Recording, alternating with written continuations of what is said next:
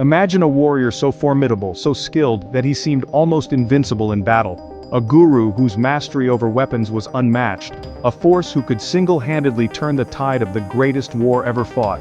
This was Dronacharya, the revered teacher of both the Pandavas and the Kauravas, a living legend whose very presence struck fear into the hearts of his enemies.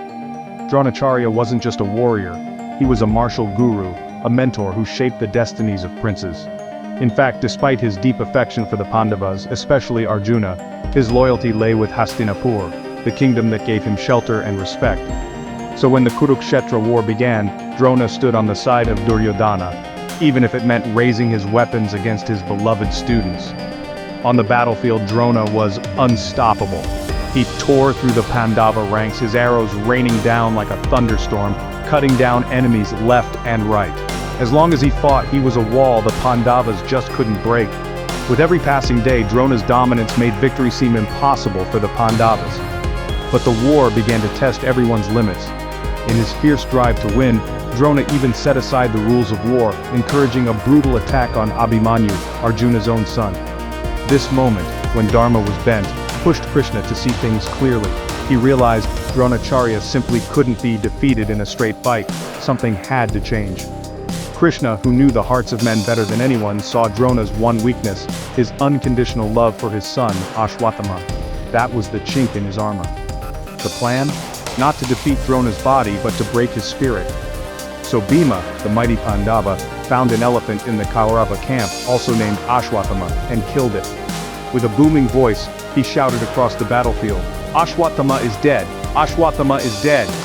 At first, Drona didn't believe it. He knew his son was a mighty warrior, not so easy to kill. But then, he turned to Yudhishthira, the one person in the world who had never spoken a lie. Yudhishthira's chariot floated inches above the earth, a sign of his truthfulness. If he said it, it had to be true. But this was Yudhishthira's moment of crisis. To lie went against his very soul. Yet, with Krishna's subtle nod, he spoke just enough truth. Ashwatthama hata iti, Ashwatthama is dead.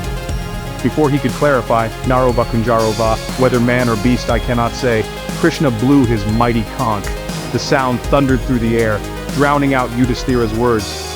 Drona heard only the first part. To him, it meant his son was gone. Grief washed over him. All his strength, his will to fight, it vanished. He laid down his weapons and sat down in meditation, his spirit broken. In that moment, Drishtadyumna, the Pandava commander, struck, ending the life of the unstoppable guru. Dronacharya's fall changed everything. With him gone, the Kaurava army lost its backbone. The tide of war turned, but this victory, born out of clever strategy, left a shadow. It forced the Pandavas to cross lines they never thought they would.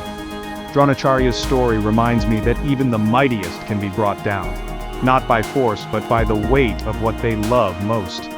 And in the tangled web of war, sometimes even truth becomes a weapon, sharp enough to cut down giants. The Mahabharata's lesson is clear. In the pursuit of Dharma, the path is never simple. Every choice, every compromise carries a cost. Thanks for watching. If you want to hear more stories from the Mahabharata and other epics, hit that subscribe button. Until next time, remember sometimes it's not the arrow but the truth behind it that changes destiny.